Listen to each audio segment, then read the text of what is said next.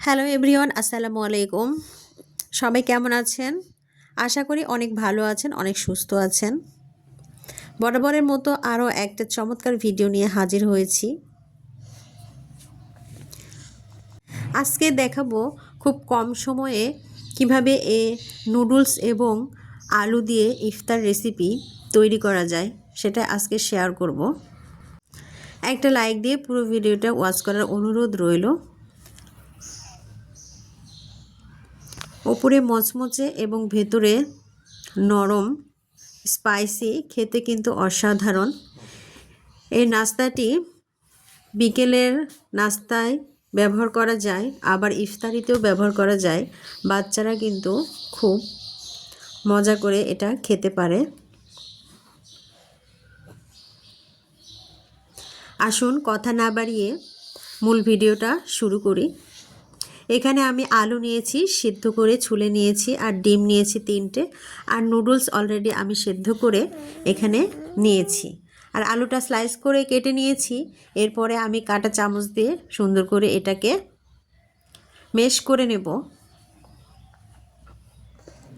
Actually আলু এখানে ভর্তা তৈরি করতে হবে, আর সেজন্য আমি কাজটা চালিয়ে যাচ্ছি।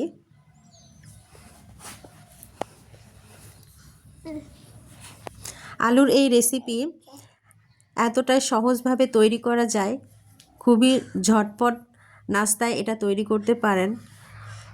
খুবই অল্প সময়ে এই নাস্তাটি নুডলস এবং আলু দিয়ে এটি তৈরি করতে পারেন। খুবই ভালো লাগে, মুখরোচক একটা খাবার, খুবই মচমচে হয়। এই যে আলু আমার মেশ করা হয়ে গিয়েছে, এখন এটা আমি সুন্দর করে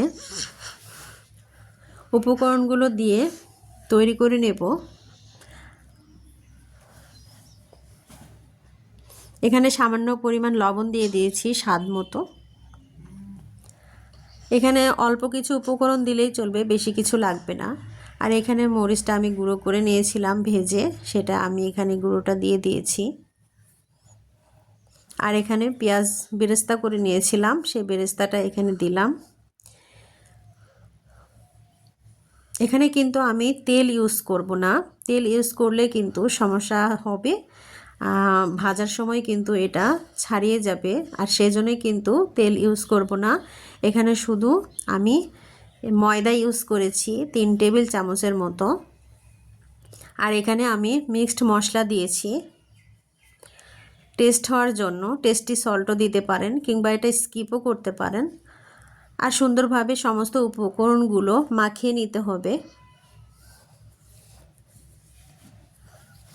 আর এখানে ডিমগুলো আমি 3টা ডিম নিয়েছিলাম, সেটা স্লাইস করে কেটে নিয়েছি। আর এখানে আমি হাতের সাহায্যে সুন্দরভাবে শেপগুলো দিয়ে দিচ্ছি। দেখুন, অনেকটাই চপের মতো। আলুর চপ বানানোর জন্য এখানে আলু নিয়ে হাতের উপরে সুন্দরভাবে একটু দেবে দেবে পাতলা করে নিয়ে, এরপরে ডিমগুলো মাঝখানে দিয়ে এর উপরে আবার আলুর ভর্তাটা দিয়ে সুন্দরভাবে একটা গোল চপ তৈরি করে নিতে হবে। দেখুন, ভিডিওতে যেভাবে দেখাচ্ছি ঠিক এভাবে আপনারাও ট্রাই করবেন, খুবই ভালো লেগেছিল খেতে।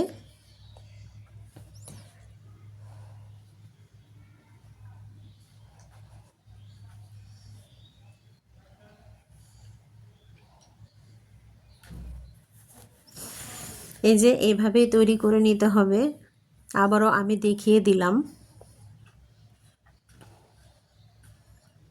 সমস্ত চপগুলো আমি এভাবেই বানিয়ে নেব।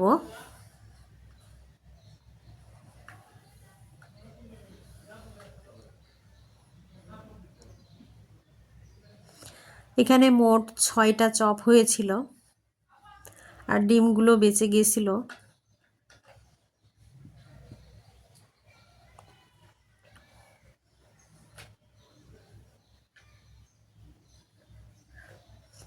এই যে আমার চপগুলো বানানো অলরেডি হয়ে গিয়েছে। এখন আমি সেদ্ধ করা যে নুডলসটা রেখেছিলাম, সেদ্ধ করে ছাকনা দিয়ে ছেঁকে তারপরে নুডলসটা রেডি করে রেখেছি, সেই নুডলসটা নিয়ে আমি এই আলুর চপের ওপর আমি সুন্দর করে সেট করে নেব। এটা সুন্দরভাবে কয়েকটা উঠিয়ে গোল গোল করে এটাকে শেপ করে নিতে হবে। আর এই আলুর চপটা কিন্তু ভেতরে নরম স্পাইসি হয় আর ওপরটা কিন্তু একদম মুচমুচে হয়, খেতে কিন্তু অসাধারণ হয়।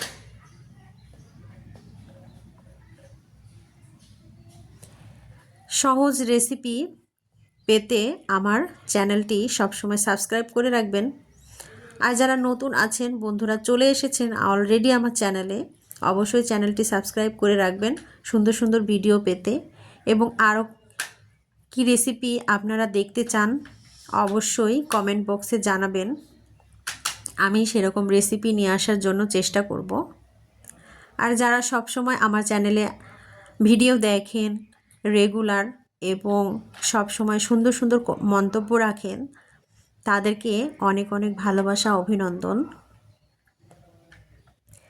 সমস্ত নুডলসগুলো আমি এভাবেই আলুর চপের উপরে সুন্দরভাবে গুঁড়িয়ে গুঁড়িয়ে সেট করে নিচ্ছি।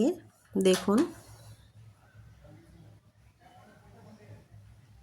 এই ইউনিক রেসিপিটি যদি বানিয়ে বাচ্চাদের দেয়া হয় তাহলে কিন্তু খুবই মজা করে খেতে পারে।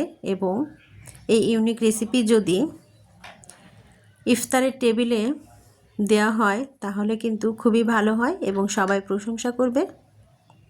আমার সম্পূর্ণটা রেডি হয়ে গিয়েছে। আমি এখন কড়াইয়ে তেল দিয়ে দিয়েছি, তেলটা অলরেডি গরম হয়ে গিয়েছে। আর এখানে আমি আস্তে আস্তে সম্পূর্ণগুলো ছেড়ে দেব, দিয়ে উল্টে পাল্টে আমি ভেজে নেব। একটু সময় নিয়ে ভাজতে হবে, কারণ নুডলসটা একটু মচমচে হওয়ার জন্য একটু সময় নিয়ে ভাজতে হবে।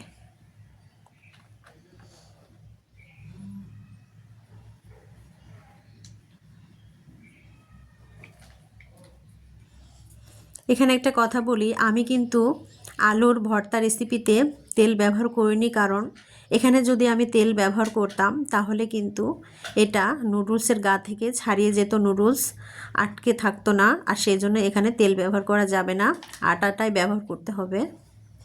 আপনারা বেসনও ব্যবহার করতে পারেন, তবে আটা ব্যবহার করাটাই ভালো।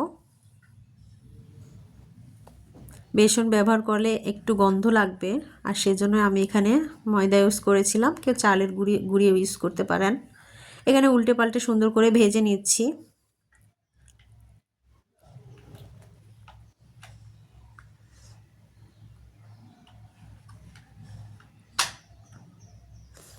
আমার 3টে চপ ভাজা হয়ে গিয়েছে। আমি মোট 6টা চপ তৈরি করেছি। এখানে আরও 3টা চপ আমি ভেজে নিচ্ছি। আমার ভিডিওটি আপনাদের কাছে কেমন লাগে এবং কেমন লাগলো অবশ্যই কমেন্ট বক্সে জানাতে ভুলবেন না। যদি ফেসবুক পেজ থেকে দেখেন অবশ্যই পেজটি ফলো দেওয়ার অনুরোধ রইল। আর চ্যানেলে যারা নতুন এসেছেন অলরেডি অবশ্যই চ্যানেলটি সাবস্ক্রাইব করে পাশে থাকবেন।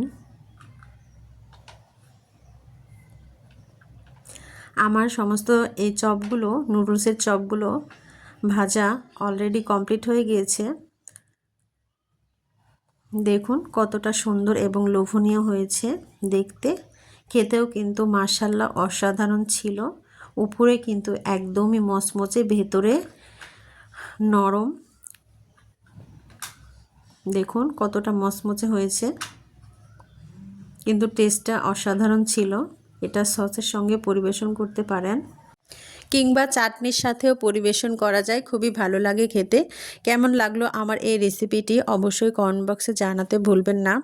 সবাই ভালো থাকবেন, সুস্থ থাকবেন, সকলে সুস্বাস্থ্য কামনা করে এখানে বিদায় নিচ্ছি। আবারও দেখা হবে নেক্সট কোনো ভিডিওতে। সে পর্যন্ত সবাই ভালো থাকবেন, আমার জন্য দোয়া করবেন, সবার জন্য আমি দোয়া করি। আল্লাহ হাফেজ।